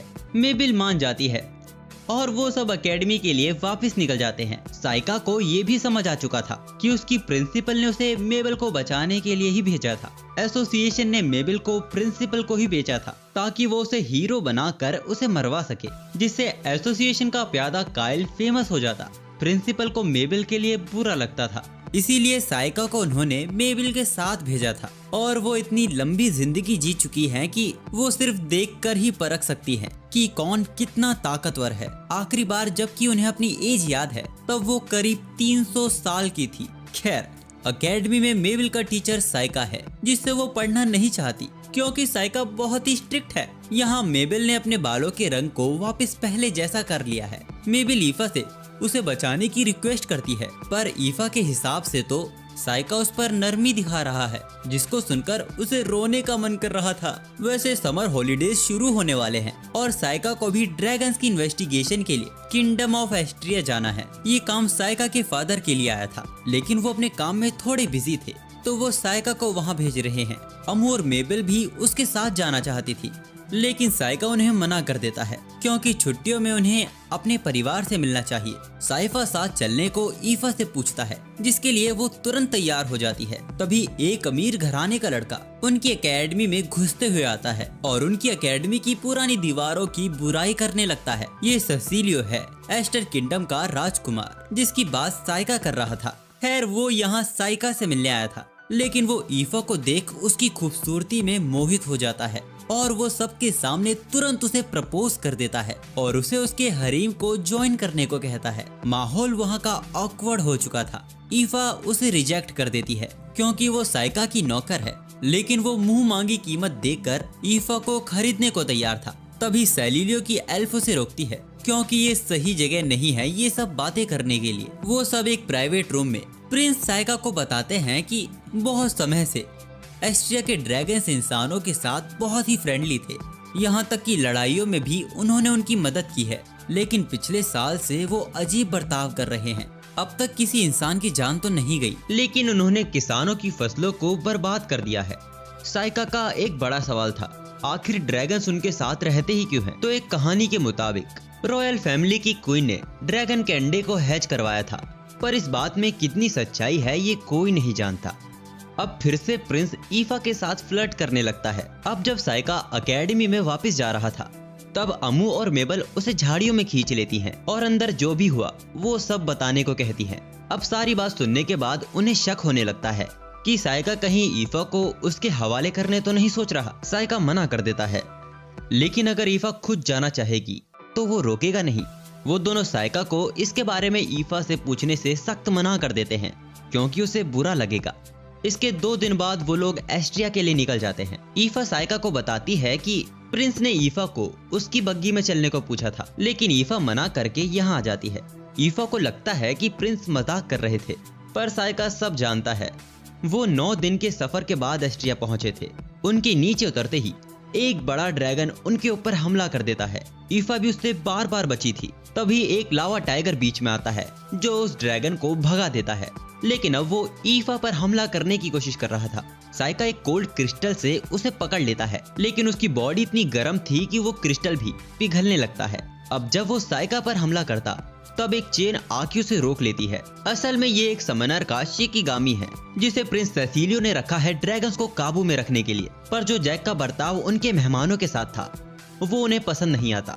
जैक उन्हें बताता है कि वो इसके लिए मजबूर था क्योंकि अब ड्रैगन्स ने आम इंसानों पर भी हमला करना शुरू कर दिया है। अब प्रिंस साइका और जैक को एक दूसरे से इंट्रोड्यूस करवाते हैं। साइका प्रिंस से पूछता है कि उन्होंने एक हत्यारे को क्यों हायर किया है। प्रिंस बताते हैं कि वो इन सभी ड्रैगन्स को मरवाने वाले हैं क्योंकि बस यही एक रास्ता बाकी रह गया है। पर साइका को डर था कि अगर कुछ ड्रैगन्स बच गए तो वो दूसरी कंट्री में भी आतंक मचा सकते हैं। जैक को लगता है कि साइका उसकी क्षमता पर शक कर रहा है। वो बताता है कि उसने 1000 से भी ज्यादा ड्रैगन्स को मारा है और इसी तरह इन दोनों में बहस शुरू हो जाती है। तब प्रिंस उन्हें रोकते हैं और जैक को उसके साथियों के साथ भेजकर साइका को इस मसले से दूर रहने को कहते हैं। साइका भी उनकी बात मान लेता है, पर अब वो ईफा पर भड़कने लगता है क्योंकि उसने अपने बचाव में मैजिक का यूज नहीं किया।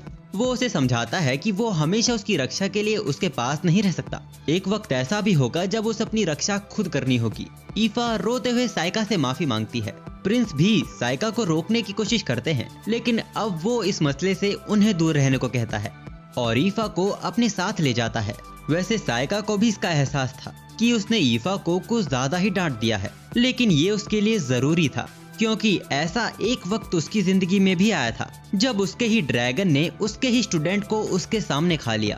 तो वो नहीं चाहता कि स्ट्रॉन्ग बनने के लिए ईफा भी ऐसे दौर से गुजरे। अब इसके अगले दिन वो लाइब्रेरी में ड्रैगन्स की और जानकारी निकाल रहे थे। एक किताब में इसी घटना के बारे में 150 साल पहले लिखा गया था। किताब के मुताबिक रानी ने अंडा हैच करवाया या नहीं, इसकी सच्चाई तो कोई नहीं जानता, लेकिन जब ये किताब लिखी जा रही है तब ड्रैगन इंसानों के साथ ही रहता था। एक दिन फीमेल ड्रैगन कहीं से आई और वो दोनों एक साथ पहाड़ों पर रहने लगे। ठीक इसके 50 साल बाद उनका बर्ताव अचानक से चेंज हो गया। उन्होंने किंगडम में वही सब करना शुरू कर दिया जो वो आज कर रही हैं। असल में उन्होंने एक बच्चे को जन्म दिया था और शायद उसी के पालन पोषण के लिए वो जानवरों पर हमला करते थे। पर जब ड्रैगन के बच्चे बड़े होते हैं तो वो अपने घोंसले को छोड़ देते हैं, जिसके 50 साल बाद फीमेल ड्रैगन की उम्र से मौत हो गई। तो ईफा का सवाल था कि क्या उन्होंने फिर से अंडा दिया है, लेकिन शायद ये मुमकिन न हो क्योंकि फीमेल ड्रैगन की तो मौत हो गई थी। इसका जवाब जानने के लिए साइका खुद माउंटेन पे जाने का फैसला करता है। ईफा को उसकी चिंता थी, इसीलिए वो भी जाना चाहती थी, लेकिन साइका उसे मना कर देता है क्योंकि वहाँ खतरा है। अब जब साइका रात में अपने नोट्स बना रहा था तभी ईफा उसके कमरे में आती है। वो बहुत ही डरी हुई थी क्योंकि प्रिंस की मेड ने उसे बताया है कि प्रिंस ने उसे अपने कमरे में बुलाया है। तो साइका आज उसे उसके कमरे में ही सोने को कहता है, पर ईफा को ये बात अच्छी नहीं लगती कि साइका उसके लिए जमीन पर सोए। तो वो दोनों एक साथ ही बेड पर सो जाते हैं, पर ईफा तो सो ही नहीं पा रही थी। तभी अचानक ही साइका ईफा से प्रिंस के हरीम को ज्वाइन करने के बारे में पूछता है। ईफा ज्वाइन करने से मना कर देती है। साइका बोलता है कि तुम सच बोल सकती हो। ये सुनकर ईफा हैरान हो जाती है। उसे लगता है कि साइका कल की बात से अब भी नाराज है। वो वादा करती है कि वो और मेहनत करेगी और ताकतवर बनेगी। साइका कहता है कि उसके शब्दों का ये मतलब नहीं था। प्रिंस के हरीम को ज्वाइन करना उसके लिए एक अच्छी अपॉर्चुनिटी है। साइका कहता है कि उसके जाने से वो अकेला तो हो जाएगा, पर एक दिन तो हम दोनों के रास्ते अलग हो ही जाने हैं। ईफा कोई जवाब नहीं देती और चुप सो जाती है। अगले दिन साइका के उठने से पहले ही ईफा यहाँ से जा चुकी थी।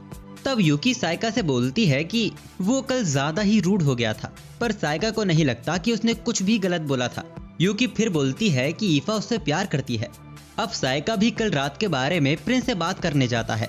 प्रिंस उससे बस कुछ बातें करना चाहता था, लेकिन वो आई ही नहीं। साइका पूछता है कि प्रिंस ईफा को उसके हरीम में लाना ही क्यों चाहते हैं। असल में प्रिंस ईफा की खूबसूरती का कायल है और उसे इससे बिल्कुल भी फर्क नहीं पड़ता कि साइका और ईफा एक दूसरे के कितने करीब हैं। पर ऐसा रिश्ता तो उन दोनों के बीच था ही नहीं। तो प्रिंस उसे ईफा को उसको बेचने को कहते हैं। साइका साफ बोल देता है कि वो ईफा को उसे नहीं देगा, लेकिन अगर ईफा खुद आना चाहेगी तो वो रोकेगा भी नहीं। खैर वो प्रिंस को बताता है कि वो माउंटेन जा रहा है ड्रैगन से हो रही परेशानी के बारे में करीब से जानने के लिए। प्रिंस को इसमें एक मौका दिखता है। साइका को भी इसी बात का डर था। इसके बाद साइका माउंटेन की तरफ चला जाता है और जब ईफा महल में वापस जाती है तो प्रिंस की एल्फ उसे रोक लेती है और उसे अपने साथ ले जाती है। वो जानती थी कि ईफा के चारों तरफ एलिमेंटल घूम रहे हैं जिनको वो छिपा रही है, और वो ये इसीलिए जानती है क्योंकि ईफा एल्फ के वंश से है, जिसके बारे में ईफा खुद नहीं जानती थी। वो उसे प्रिंस के हरीम को ज्वाइन करने को कहती है क्योंकि जिसके साथ वो अभी रह रही है वो एक मॉन्स्टर है। ईफा को उसकी बात कुछ समझ नहीं आती, तो एल्फ बताती है कि डीमन से हमेशा एलिमेंटल दूर रहते हैं और यही वजह है कि एलिमेंटल साइका को अवॉइड करते हैं। ईफा को यकीन था कि साइका भले ही थोड़ा अलग है, पर है वो एक इंसान ही। आखिर वो साइका को बचपन से जानती है। तो एल्फ पूछती है कि क्या वो उसके पेरेंट्स के बारे में जानती है। अब ईफा साइका के फादर के बारे में तो जानती थी, लेकिन आज तक उसने साइका की माँ को नहीं देखा। तो वो एल्फ पूछती है कि वो किस यकीन से कह सकती है कि साइका की माँ डीमन नहीं हो सकती। अब ईफा भी सोच में पड़ जाती है। वो उसे उसके खतरनाक मास्टर को छोड़ देने को कहे। दूसरी तरफ हम साइका को देखते हैं, जो अपने सेंटीपीड से ड्रैगन के पास पहुंच गया था। ड्रैगन उसको देखते ही उस पर हमला कर देता है, पर साइका उसे एक जादुई जाल में कैद कर देता है। जिसके बाद वो घोंसले में देखता है तो वहाँ एक ड्रैगन का अंडा रखा था, पर फीमेल ड्रैगन तो मर चुकी थी। यानी ये ड्रैगन अंडा देने के लिए अपना जेंडर ही चेंज कर सकता है। अब साइका को सब समझ आ रहा था, वो अंडा हैच करवाने वाली कहानी भी सच थी। दूसरी तरफ हम उसी एल्फ को देखते हैं, जो ईफा को हरीम का टूर करवा रही थी और साथ ही उसे बताती है कि प्रिंस कितने अच्छे हैं, वो अपनी रानियों से कितना प्यार करते हैं। वो उसे प्रिंस की माँ के बारे में भी बताती है, जो दिल की बहुत अच्छी है। पर प्रिंस इस बात से चिंता में रहते हैं कि उनकी माँ के बाद उनको ही गद्दी संभालनी है। इसीलिए वो अपने आप को साबित करने के लिए ये ड्रैगन्स की परेशानी को जल्द खत्म करना चाहते हैं और साथ ही वो अपनी रानी को भी ढूंढ रहे हैं। तो एल्फ चाहती है कि ईफा इसमें उनका सपोर्ट करे। दूसरी तरफ हम साइका को देखते हैं, जो आग जलाकर अंडे को गर्म रखने की कोशिश कर रहा था, पर ये अंडे को हैच करने के लिए काफी नहीं था। इसीलिए मदद के लिए वो वापस महल जाने का सोचता है, पर वो ड्रैगन उसे जाने ही नहीं देता। दूसरी तरफ वो एल्फ ईफा को प्रिंस के पास ले जाती है, जहाँ प्रिंस कुछ लोगों के साथ खड़े थे। उनमें से एक ईफा को देखकर उसका रेट लगा देता है और दूसरा भी कागजात को कंफर्म कर देता है। ईफा बहुत ही डरी हुई थी, उसे समझ नहीं आ रहा था कि ये लोग आखिर कर क्या रहे हैं। हमें पता चलता है कि प्रिंस पैसे देकर साइका को बिना पता चले उसकी आजादी खरीद रहे हैं, जिसके लिए सिर्फ ईफा को इन दस्तखत पर साइन करना होगा। पर ईफा साइन करने को राजी नहीं थी, लेकिन प्रिंस भी पीछे नहीं हटने वाले थे। जब से उन्हें एल्फ से पता चला है कि साइका एक मॉन्स्टर है, वो उसे उसके साथ नहीं रहने देगा। पर ईफा अब भी जिद कर रही थी, तो प्रिंस के गार्ड भी प्रिंस के कहने पर उसे पकड़ लेते हैं। ईफा अपने एलिमेंटल से अपने आप को बचाने की कोशिश करती है, लेकिन वो एल्फ चारों तरफ एक ऐसा बैरियर क्रिएट कर देती है जिसके अंदर ईफा का कोई भी मैजिक काम नहीं करता। अब वो उसके अंगूठे पे खरोच मार के उससे जबरदस्ती सिग्नेचर करवाने की कोशिश करते हैं। तभी एक विशालकाय ड्रैगन वहां आ जाता है और उस एल्फ का बैरियर टूट जाता है। उसके ऊपर साइका बैठा हुआ था, लेकिन वो कुछ देख नहीं पाया। वो यहाँ किसी ऐसे को लेने आया है जो फायर मैजिक जानती हो। वो ईफा को उसके साथ आने को कहता है। ईफा भी भगी भगी उसकी तरफ जाने लगती है। एल्फ और प्रिंस उसे रोकने की कोशिश करते हैं, लेकिन वो कहती है कि वो उसे पसंद करती है और वो उसके साथ ही रहेगी। साइका उसे अपने साथ ड्रैगन पर उड़ा कर ले जाता है। ईफा रास्ते में उसे शुक्रिया अदा कहती है, पर वहाँ क्या हुआ साइका को तो कुछ पता ही नहीं था। इसके बाद वो दोनों ड्रैगन के अंडे के पास पहुँच जाते हैं। तभी वहाँ पे लावा टाइगर हमला कर देता है, जिसको साइका कोल्ड क्रिस्टल से रोक लेता है। इसको जैक ने भेजा था। शुरू से अंत तक जैक का प्लान इस अंडे को चुराने का ही था और ड्रैगन्स का लोगों पर हमला करने वाली बात भी झूठ थी। वो लावा टाइगर से उन पर हमला करवाता है, पर एक पानी का फव्वारा उन्हें दूर फेंक देता है। साइका भी हैरान हो गया था, क्योंकि ये हमला ईफा ने किया था। ईफा उनको आखिरी मौका देती है अपनी जान बचा के भागने की, पर इस बार वो अपने लावा टाइगर के साथ अपने चेलों को भी भेजता है। साइका व्हाइट फ्लेम से उस टाइगर को चूर कर देता है और अब ड्रैगन भी उनके सामने खड़ा हो गया था, जिसको देखकर जैक के चेले भागने लगते हैं, पर साइका किसी को भागने नहीं देता। जैक एक स्पेल पढ़ने की कोशिश करता है, पर ईफा उसकी किताब को ही जला देती है। ईफा का जादू देखकर साइका इम्प्रेस हो जाता है और उसे शाबाशी देता है। इसके बाद वो लोग जैक और उसके साथियों को प्रिंस के सामने ले जाते हैं और उनकी सारी सच्चाई उन्हें बता देते हैं। प्रिंस उन्हें कारागार में डलवा देते हैं और अब साइका प्रिंस को ड्रैगन्स के बर्ताव के पीछे की वजह और बताता है कि रानी की वो कहानी एकदम सच्ची है। इसलिए साइका प्रिंस से कहता है कि वो भी ड्रैगन के अंडे को हैच करवाने में उनकी मदद करे, ताकि ड्रैगन का बर्ताव इंसानों के लिए फिर से अच्छा हो जाए। पर प्रिंस चाहते थे कि साइका उसे मार दे, क्योंकि वो इस किंगडम का अगला राजा है, तो उसे अपने आप को साबित करना होगा। साइका ये करने से साफ इनकार कर देता है, तो प्रिंस गुस्से में साइका को बंदी बना लेते हैं और ईफा से कहते हैं कि अब वो आजाद है, वो एस्ट्रिया की नागरिक बनकर यहाँ रह सकती है। अब साइका को बहुत ही गुस्सा आ जाता है। अब तक वो इसीलिए चुप था ताकि इन दोनों की कंट्री के रिलेशन आपस में ना बिगड़े, पर अब हद पार हो चुकी है। प्रिंस को सिर्फ ईफा चाहिए किसी भी हालात में। अब साइका प्रिंस को डांटना शुरू कर देता है। वो कहता है कि उन्हें बीवी और गद्दी की चिंता है, लेकिन ड्रैगन की प्रॉब्लम को उन्होंने एक बार भी खुद से सुलझाना नहीं सोचा और वो एक बच्चे को ईफा के हाथों कभी नहीं सौंपेगा। अब तो साइका की भी फटने लगती है कि कहीं वो कुछ ज्यादा तो नहीं बोल गया। तभी वो एल्फ उनके बीच हंस देती है और ईफा को प्रिंस के सामने खड़ा कर उसको अपनी फीलिंग कन्फेस करने को कहती है। ईफा उसे फिर से रिजेक्ट कर देती है। और अब वो एल्फ भी प्रिंस से कहती है कि अब उन्हें हार मान लेनी चाहिए। वो साइका को शुक्रिया अदा करती है जो भी उन्होंने उनकी कंट्री के लिए किया, और उसके लिए माफी भी मांगती है जो उन्होंने उनके साथ किया। इसके बाद वो ईफा को अपने साथ अलग लेके जाती है और उससे पूछती है कि अच्छा तो तुम उससे प्यार करती हो, जिस पर ईफा शर्मा जाती है। वो ईफा को कुछ रेयर लाइट एलिमेंटल्स देती है जो उसके अंगूठे पे लगे जख्म को हील कर देते हैं। वो एल्फ ईफा से बोलती है कि उसको देखकर उसे फेरी टेल की वो प्रिंसेस याद आती है जो हीरो की पार्टी में थी फिर भी डीमन किंग से प्यार कर बैठी थी। वो कहती है कि उम्मीद है कि साइका तुम्हारी फीलिंग्स को जल्दी समझेगा। अब वापस एकेडमी जाते वक्त ईफा साइका को उसके एल्फ डिसेंडेंट होने के बारे में बता देती है। वैसे वो साइका की माँ के बारे में भी पूछना चाहती थी, लेकिन वो रुक जाती है। तभी अचानक ही साइका ईफा से पूछ लेता है जब उसे शादी करनी होगी तो वो अपने लिए कैसा लड़का चुनना चाहेगी। ईफा शर्माते हुए बोलती है कि उसे परवाह नहीं कि उसके पेरेंट्स कौन हैं, वो बस स्मार्ट, स्ट्रॉन्ग और दयालु होना चाहिए और जो उसके ना होने पर अकेला महसूस करे। साइका को नहीं लगता कि ऐसा लड़का मौजूद भी है इस दुनिया में। बेचारा पुअर साइका यहाँ भी उसके इशारे नहीं समझ पाता।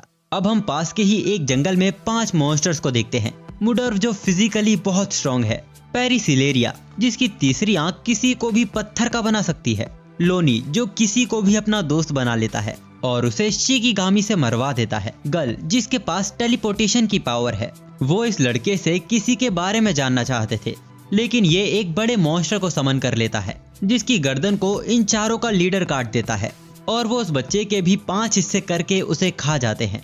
ये 5 हीरो की तलाश में निकले हैं उसे मारने के लिए। साइका भी एकेडमी पहुंच चुका था और वो अम्मू को अपने पेरेंट्स से मिलवाना चाहता है, जो सुनकर अम्मू हैरान हो जाती है। ईफा भी रोने लगी थी, पर वो उसे मैरिज के लिए प्रपोज नहीं कर रहा था। असल में उसके फादर उस लड़की से मिलना चाहते हैं जो सारे एलिमेंट यूज कर सकती है और साथ ही कमाल की तलवारबाज भी है।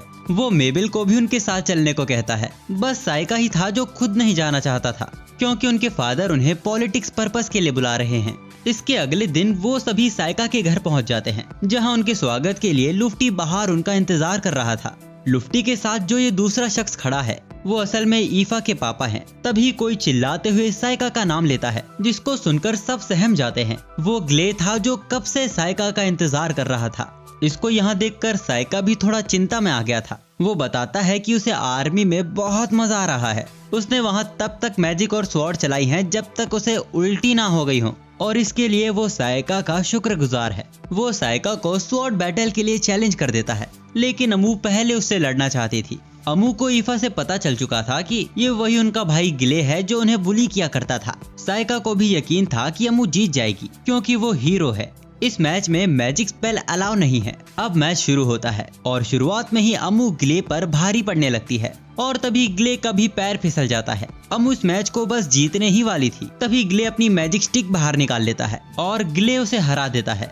अब शर्त के मुताबिक साइका को ग्ले से लड़ना होगा। तभी वहाँ प्रिंसेस आ जाती है और ग्ले इनका ही होली नाइट है। वो ग्ले को फाइट शुरू करने को कहती हैं और साथ ही बोलती हैं कि वो कुछ हासिल नहीं कर पाएगा। तो अचानक ही ग्ले लड़ाई को टाल देता है। इसके बाद ग्ले सभी को प्रिंसेस फियोना से इंट्रोड्यूस करवाता है। सब वहाँ हैरान हो जाते हैं क्योंकि ये हॉली प्रिंसेस थी। ये कोई टाइटल नहीं है, ये नाम उनको उनके जन्म के स्थान से मिला है। 15 साल पहले प्रिंसेस का जन्म टेम्पल की प्रिस्टिस के पेट से हुआ था और वो प्रिस्टिस राजा की पत्नी थी, इसीलिए उनका नाम हॉली नाइट पड़ा। वैसे साइका हॉली प्रिंसेस के कहने पर ही अम्मू को यहाँ लेकर आया है क्योंकि उसकी काबिलियत उन्हें कहानियों की हीरो की याद दिला देती है। वैसे प्रिंसेस यहाँ कुछ और दिन भी रुकने वाली हैं, तो वो चाहती हैं कि ये सब भी तब तक यहीं रुके। अब प्रिंसेस के जाने के बाद सब साइका पर चढ़ जाते हैं क्योंकि उसने बताया नहीं कि यहाँ होली प्रिंसेस आई हुई हैं। अब जब रात के वक्त साइका अपने रूम में यूकी से बात कर रहा था, तभी उसके रूम में अम्मू आती है। उसको देखकर साइका थोड़ा हैरान हो गया था क्योंकि इतनी रात में वो एक लड़के के कमरे में आई है।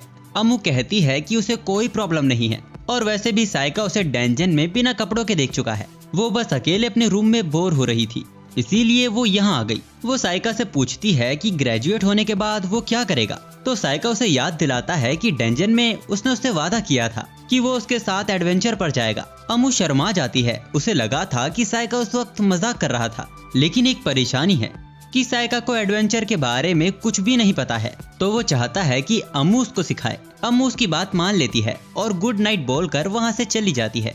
अब अगले दिन ये सब प्रिंसेस को शहर दिखाने निकले थे। ग्लाय साइका को चौकन्ना रहने को कहता है क्योंकि वो प्रिंसेस के कहने पर सारे सिपाहियों को घर ही छोड़ आया है, इसीलिए इन दोनों को ही उनका ख्याल रखना होगा। अब प्रिंसेस साइका का हाथ पकड़कर मार्केट में ऐसे घूमने लगती हैं जैसे वो एक दूसरे को डेट कर रहे हो। यहाँ पे सबके लिए ग्ले को अपनी जेब भी ढीली करनी पड़ती है। तभी प्रिंसेस एक कपल को देखकर साइका से पूछती हैं, हम जिसको पसंद करते हैं हम उसके कैसे करीब आ सकते हैं। अम्मू उन्हें बताती है कि कहानियों के हिसाब से जब हीरो हीरोइन को बचाता है तो उन दोनों में प्यार हो जाता है।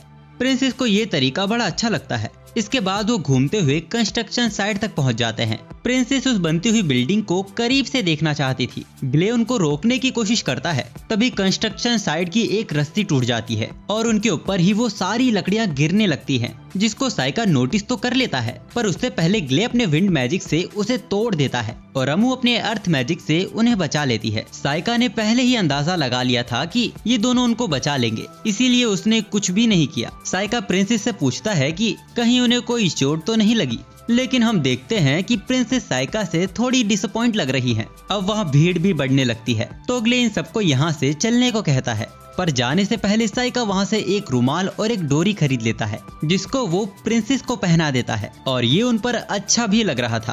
पर प्रिंसेस खुद अपने आप को नहीं देख पा रही थी, तो साइका वहाँ जमीन से एक शीशा समन कर लेता है। प्रिंसेस को भी साइका का दिया प्रेजेंट बहुत अच्छा लगता है। अब शाम के वक्त ग्ले से बातों बातों में साइका को पता चलता है कि प्रिंसेस के पास फ्यूचर देखने की पावर है, इसीलिए वो साइका को सावधान रहने को कहता है। इसके अगले दिन से ही साइका पूरी तरह प्रिंसेस को अवॉइड करने लगता है, पर कल ही वो एकेडमी वापस जा रहे हैं तो अमू के कहने पर साइका प्रिंसेस से मिलने चला जाता है। उस वक्त वो वहाँ चेस खेल रही थी, वो भी अकेले। साइका उन्हें ज्वाइन करता है, लेकिन इसमें इन दोनों के बीच एक शर्त रखी जाती है कि जो भी जीतेगा उसे सामने वाले की एक कोई भी बात माननी होगी, पर वो चाहे तो करने से इनकार भी कर सकता है। और आखिर में इस चेस मैच को प्रिंसेस जीत जाती है। इसके अगले दिन साइका और बाकी सब अकेडमी के लिए निकल जाते हैं। प्रिंसेस भी उनके साथ अपने किंगडम जा रही थी, लेकिन रास्ते में कुछ गुंडों का ग्रुप उनके ऊपर हमला कर देता है। लेकिन ये मामूली गुंडे थे तो साइका उनको जिंदा ही पकड़ लेता है। इसके बाद वो प्रिंसेस को किंगडम छोड़ अपनी एकेडमी में वापस आ जाते हैं और वो डीमंस भी हीरो को ढूंढते हुए एकेडमी तक पहुंच चुके थे और इनका लीडर इन्हें एकेडमी के अंदर चारों तरफ टेलीपोर्ट कर देता है। लेकिन ये जहाँ भी टेलीपोर्ट हुए थे वहाँ वो पूरी जगह लाल धुएं से घिरी हुई थी, लेकिन इसकी परवाह ना करते हुए उनके सामने जो भी स्टूडेंट आता वो उसे मार देते। लेकिन वो देखते हैं कि तभी सीन चेंज होता है और हम मॉड्रोव को देखते हैं, जिसका सामना मेबल से हो गया था। उसकी फिजिकल स्ट्रेंथ देखकर वो एकदम हैरान था। तभी मेबल अपने कुछ नाइफ से उसे कैद कर देती है, लेकिन उन्हें तोड़ना मॉड्रोव के लिए बहुत ही आसान था और वो मेबल के ऊपर जानलेवा हमला करता है। लेकिन जब धुआं हटता है तो हम देखते हैं कि यहाँ तो टेलिस्मेंट पड़ा हुआ था और बाकी सबके साथ भी कुछ ऐसा ही हो रहा था। तभी उन्हें अपने सामने साइका दिखाई देता है। साइका को देखने भर से ही उनके लीडर को एहसास हो गया था कि साइका की पावर अलग लेवल पर है, तो मॉड्रोव उससे लड़ने के लिए एक्साइटेड हो जाता है। लेकिन तभी साइका उसकी गर्दन काट देता है। ये देख पेरिसिलेरिया और लोनी को बहुत गुस्सा आता है। तभी साइका अपने स्नेक शिकिगामी को समन कर लेता है, जिसकी आंखों में देखने भर से ही पेरिसिलेरिया की दिल की धड़कनें रुक जाती हैं। लोनी उसे अपना दोस्त बनाने की कोशिश करता है, लेकिन वो उसे ही निकल जाता है। डीमंस का लीडर जोर पहचान चुका था कि ये इस सदी का डीमन किंग है और जैसी भविष्यवाणी की गई थी सबसे ताकतवर डीमन किंग इंसानों की साइड ले लेगा, वो सच हो चुकी है। आखिर में वो सारे डीमंस मारे जाते हैं और वापिस से सब कुछ नॉर्मल हो गया था। लेकिन तभी कुछ रॉयल गार्ड्स अम्मू को अरेस्ट करने वहां आ जाते हैं, क्योंकि उसने उन डीमंस को मारा था जो कल रात एकेडमी आए थे। इसके बाद भी साइका सबके सामने एकदम चिल बर्ताव कर रहा था, लेकिन अकेले में वो वाकई में बहुत ही गुस्से में था। वो मिसूची पे सवार हुए एम्पायर के कैसल पर हमला कर देता है। उसने वहां बेरहमी से मौत की लाशें खड़ी कर दी थी और जब वो अम्मू को लेकर वहां से जाता है तब वहां ग्ले उसके रास्ते के बीच खड़ा हो जाता है। उसके साथ वहां प्रिंसेस भी मौजूद थी। साइका उनसे साफ सवाल करता है कि वो अम्मू को क्यों मरवाना चाहती है, इससे तो डीमंस का ही फायदा होगा। तो प्रिंसेस उसको बताती है कि अब डीमंस भी लड़ाई नहीं चाहते हैं, लेकिन लड़ाई तो होगी हीरो की डर की वजह से, और अगर लड़ाई हुई तो हीरो भी हमें नहीं बचा पाएगी, क्योंकि साइका ने उसे स्ट्रॉन्ग बनने ही नहीं दिया। वो हर लड़ाई से उसे बचा लेता था। ये सुनकर साइका को गुस्सा आ जाता है। प्रिंसेस के लाख समझाने के बावजूद भी कि वो अम्मू को सही सलामत वापस ले आएंगी, वो नहीं मानता। तो आखिर में प्रिंसेस भी हार मान लेती हैं और उन दोनों को यहाँ से जाने देती हैं। जाते वक्त सायका को पता चलता है कि प्रिंसेस और ग्ले ने यहाँ अम्मू का पूरा ख्याल रखा था, तो वो भी अपनी गलती सुधारते हुए अपने मैजिक से सबको वहाँ रिवाइव कर देता है, जिन जिन को भी उसने यहाँ मारा था। प्रिंसेस और अम्मू को अपनी आंखों पर भरोसा ही नहीं होता। खैर अब वो यहाँ से एकेडमी तो जा नहीं सकते थे, तो सायका और अम्मू अपने नए सफर पर चल पड़ते हैं। जैसा उसने अम्मू से वादा किया था, वो कई दिनों के सफर के बाद रैकना शहर पहुंचते हैं, जहाँ ईफा और मेबल पहले से ही मौजूद थी। इनको सायका और अम्मू का पता प्रिंसेस की भेजी चिट्ठी से मिला था और यहाँ पे सीरीज का पूरा सीजन खत्म होता है। अब इसके आगे और कोई भी एपिसोड मौजूद नहीं है। तो चलिए अब मिलते हैं आपसे किसी और एक नई सीरीज में।